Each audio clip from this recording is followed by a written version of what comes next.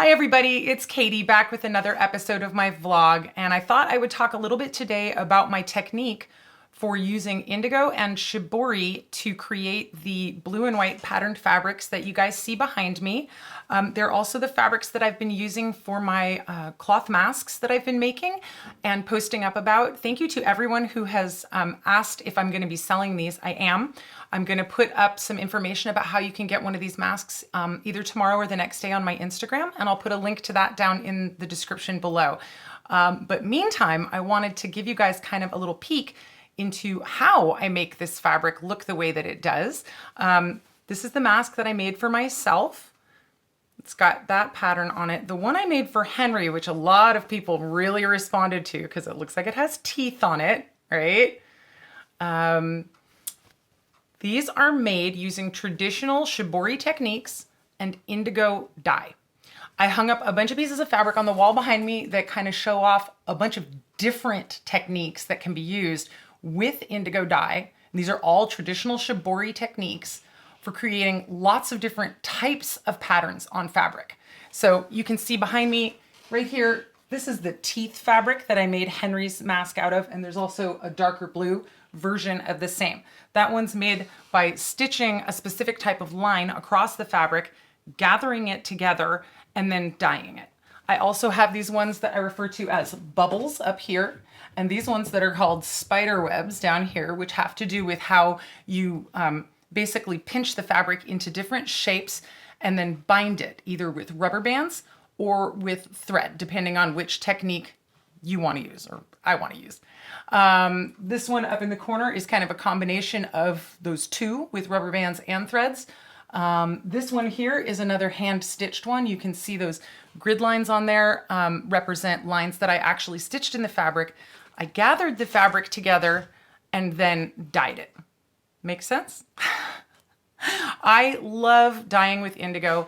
I love doing shibori techniques. As you can see, the scarf I'm wearing, also part of the same deal. This is actually just one big square that I did a bunch of big lines of stitching on and then gathered up and then dyed. So when I talk about dyeing with indigo or using shibori techniques, it's effectively the same thing as tie-dyeing, which you might have done in school or camp or as some kind of an art project when you were younger. Here is a piece that is prepped to be dyed. It's actually an extremely long sock. I bought a pair of super tall socks and decided I would make striped socks. So when you bind up your fabric, any part of the fabric that is pinched up and kind of closed off is going to stay white. And any part of the fabric that is loose is going to soak up dye. You put it through whatever your dyeing technique is. I have a specific technique that I use for indigo. There's lots of resources online, and there's lots of materials out there online about how to do it. So you basically, like I said, bind it up, then dye it, then take out your bindings, and that finally reveals the dye pattern. It's pretty cool because it's like a little bit of science and a little bit of magic because you kind of don't know how it's going to come out in the end, right? And I've got a pretty good idea at this point. I've been doing it long enough. I know if I do this at the start and then dye it, I'll probably get that result in the end. But there still is, enough of a chaotic element that things sometimes come out, how you're expecting, and sometimes they don't. I love to use shibori indigo dyed fabric for almost anything I can. I am a all black all the time outfit person, but I like to accent obviously with the scarf I was wearing before. Here's another silk scarf that I made. A little too short to wear properly. I have to tie it and I don't love to tie it, but that's got a nice, you can see how that was kind of gathered together and then bound with thread to create the pattern on the fabric. I also made myself a work apron, which has those kind of bubble patterns like I was talking about. I do wear this when I'm working in the studio a lot because it's got pockets, yay.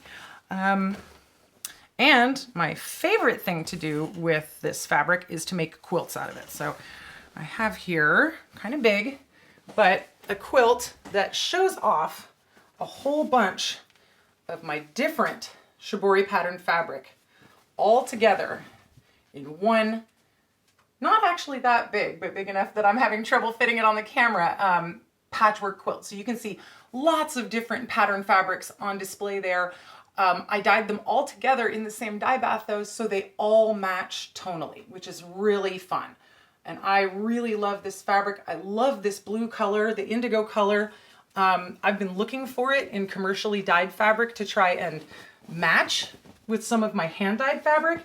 And I usually cannot find indigo. It's commercially printed fabric. They'll get close to the color, but it's like you really actually have to use indigo to get this color. So where do you get indigo? You can get it in lots of different places. Sorry for slamming the table. There's a bunch of different places you can get it online. I will put a link to Dharma Trading, which is the website that I order a lot of my dyeing supplies from. But honestly, I've tried like several different ways of doing this. I've tried the professional, buy the different elements and measure them out yourself. And I've tried the kits, and I'm here to tell you, this kit made by Jacquard is super simple and it yields incredible results. Almost all of these pieces behind me were dyed with this kit. It's pretty cheap. I think it costs like $12 or $13, available in like any craft place. They have it at Dharma Trading. I would recommend buying it from them if you're gonna buy it online, because I love supporting them. But yeah, the whole kit is super easy. Everything you need is in the kit. There's instructions included that are super easy to understand. If you just follow them start to finish and go through, you're gonna have amazing results. It's really hard to goof up indigo dyeing. There's a couple of specific steps you have to do. They're detailed in the instructions. But other than that, it's super fast, super easy, super fun. It's a great project to do with the family. Kids absolutely love dyeing with indigo. It's pretty magical because when you, I guess combination science magic, right? Alchemy. When you first dye your piece, when you first put it in the dye vat and leave it in there for a few minutes so it can soak up dye, and you pull it out, it's actually this bright greenish yellow color. And then as the dyed fabric is exposed to oxygen, it actually oxidizes and turns into the beautiful blue indigo color that you see. And so, like I said, when you first pull it out of the dye vat, it's like, whoa, it looks like a highlighter. And then you kind of spread it out and let it get enough oxygen into it, and you can watch it change right in front of your eyes. The change is only super dramatic on the first round through the dye vat. Indigo is a multiple dye bath procedure. I usually dye my pieces 4 times before they're dark enough for my taste, but you can make a lighter fabric if you leave it in the vat for fewer trips through the dye vat, if that makes sense. What about shibori? Shibori is the traditional Japanese style of setting up your tie-dye. This is what I would consider a more Western, I've got some rubber bands. I made some stripes on this. It's not that complicated. I wish I had some other dyeable pieces ready to go to show you guys. I don't actually have any right now because I'm between dyeing sessions. But this is the book that I used to teach myself all of the shibori techniques for making all of these things that you see behind me. I think I got it off Amazon a couple years ago. Must have been 3 years ago at this point. But anyhow, this book, it just has very clear instructions, very clear demonstrations step by step of how to achieve all of these different techniques, including a little bit of the history of the actual form in Japan and what the traditional names of the different styles are called. Of course, they all have different names in Japanese, right? In addition, you can, of course, use these techniques with other dyes. I mostly dye with indigo because I love the color. I love the way it all always goes together, but I will show you guys. I've also used the same techniques to dye with a different natural dye. This is called madder root, which yields that lovely pink color. This one, I folded into a triangular shape and then actually clamped it with like a little tiny clamp and put that into the dye vat, and that yielded that cool geometric pattern on the fabric. And here is another piece also dyed with that same, madder that has those kind of bubbles like you see right up there behind me. So again, those are made by, I just kind of poke my finger into the fabric and then grip it together and wind a piece of thread around the bottom of that. And then where the thread is where it stays white, because the thread blocks the fabric, blocks the dye, excuse me, from seeping into the fabric. So that's how I made those ones. And you can also use these techniques with any synthetic dyes. I've been messing with natural dyeing because that's what is interesting to me. So I've been using madder root and indigo and a couple of other natural dyes like onion skin, which yields a yellow color, a very light mustardy yellow color. But you can also buy any type of commercially available dye and use these same techniques to get these cool patterned fabrics. So, oh, and there's my moth on the wall, also totally made of hand-dyed shibori indigo fabrics, as well as everything else that you see around me in general. So I think I covered everything. I'm not sure. Let me know if you guys have questions. I'll, again, like I said, put links to Dharma Trading and to my Instagram down in the description below. If you are curious or at all interested in trying your hand at dyeing with indigo or using shibori techniques with indigo, please do. It is easier than it looks. Like I keep saying, it's, follow the instructions in the kit. You're going to get something amazing. It's really, really hard to go wrong with this one. I will say one full dye day usually takes about 6 hours start to finish. That includes the amount of time setting up the dye vat, running the fabric pieces through multiple soaks in the dye vat, and then sessions where they lay out to oxidize. And then at the end of that, you have to hand rinse out the dye, then remove all of the bindings, which depending on how complicated your stitching or binding was, it might take a little bit of time. And then you have to wash and dry everything. So, if I get started at noon, I'm usually done right about dinner time.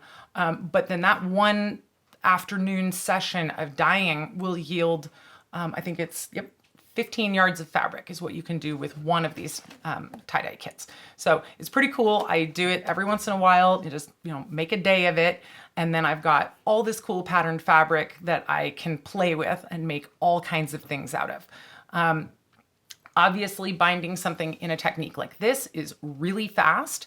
Binding something up with more of a hand stitching pattern like I have to use for the teeth ones or for something like this is quite a bit more complicated. It takes a lot longer to do. Usually what I do is I work for a few weeks ahead of when I'm going to have a dye session and get everything ready and then throw it all in together on that day.